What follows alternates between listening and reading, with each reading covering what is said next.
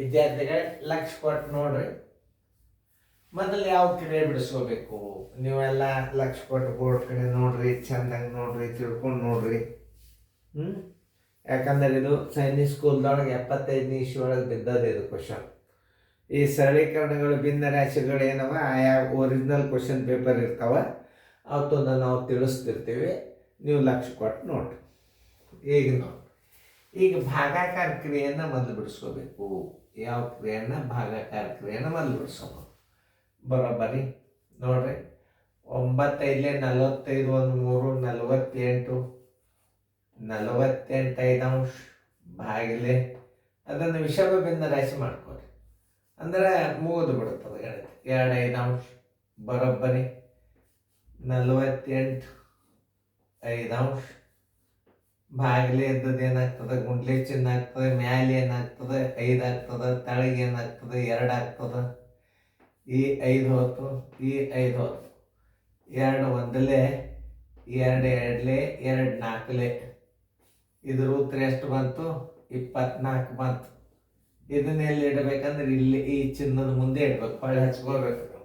ಬರೋಬ್ಬರಿ 22 plus 5.13 ಗುಂಡ್ಲೆ 1.12 minus ಇದರ ಉತ್ತರ ಎಷ್ಟು ಬಂದದ್ದು? 24 ಬಂದ. ತಿಳಿತಲ್ಲ ನಿಮಗೆ? ಲಕ್ಷ ಪಟ್ಟು ನೋಡಿ. ಯಾವುದೇ ಒಂದು ಭಿನ್ನ ರಾಶಿಯನ್ನು ಸರಿಯಾಗಿ ಅರ್ಥ ಮಾಡ್ಕೊಂಡ್ರೆ ನಿಮ್ಗೆ ಗೊತ್ತಾಗಿಬಿಡುತ್ತದು. ಯಾವುದೇ ಒಂದು ಗಣಿತ ನಿಮಗಿದು ಬರಂಗಿಲ್ಲ ಅನ್ನೋಂಗಿಲ್ಲ, ಬಂದೇ ಬರ್ತದೆ. ನೀವು ಚೆಂದಾಗಿ ನೋಡ್ಕೋಬೇಕು, ಸರಿಯಾಗಿ ತಿಳ್ಕೋಬೇಕು. ನಾ ಈಗ ಎಷ್ಟು ಚಂದ ತಿಳಿಸಿ ಹೇಳ್ಕತ್ತಂದು ನೋಡ್ರಿ. ಈಗ ಯಾವ ಕ್ರಿಯೆ ಮಾಡ್ಕೋಬೇಕಪ್ಪ ಅದನ್ನು ತಿಳ್ಕೊರಿ. ಯಾವ ಕ್ರಿಯೆ ಮೊದಲು? ಈ ಗುಣಾಕಾರ ಕ್ರಿಯೆಯನ್ನು ಮೊದಲು ಮಾಡ್ಕೋಬೇಕು. ಆಮೇಲೆ 5 3 15 1 16 16 3 ಗುಂಡ್ಲೆ 2 1 2 1 3 2 ಈ 3 ಹೊತ್ತು, ಈ 3 ಹೊತ್ತು. 2 ಒಂದಲೇ, 2 ಎಂಟ್ಲೆ.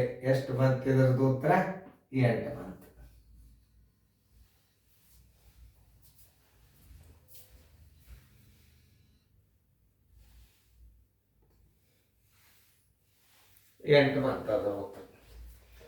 ಅದ್ರ ಉತ್ತರ 8 ಬಂದಾಗ ಏನು ಮಾಡಬೇಕು? ಇದನ್ನು ತಂದು ಎಲ್ಲಿಡಬೇಕಪ್ಪ ಅಂತಂದ್ರೆ ಕರೆಕ್ಟಾಗಿ ಈ ಪ್ಲಸ್ ಮತ್ತು ಮೈನಸ್ ನಡುವೆ ಈ 8 ಇಟ್ಬಿಡ್ಬೇಕು. ನೋಡಿ ಹೆಂಗೆ ಹೇಳ್ತಾನೆ ನೋಡಿ. 22 ಪ್ಲಸ್ ಅದ್ರ ಉತ್ತರ ಎಷ್ಟು ಬಂದದ? 8 ಬಂದದ. ಮುಂದೆ ಮೈನಸ್ 24 ಬಂದ. ಈಗ ಇದು ಏನಾಗ್ತದೆ? ಪ್ಲಸ್ ಆಗ್ತದೆ. 22 1 8 30 ಆಯ್ತು. ಮೈನಸ್ 24 ಎಷ್ಟು ಉಳಿತದ ನೋಡ್ರಿ? 6.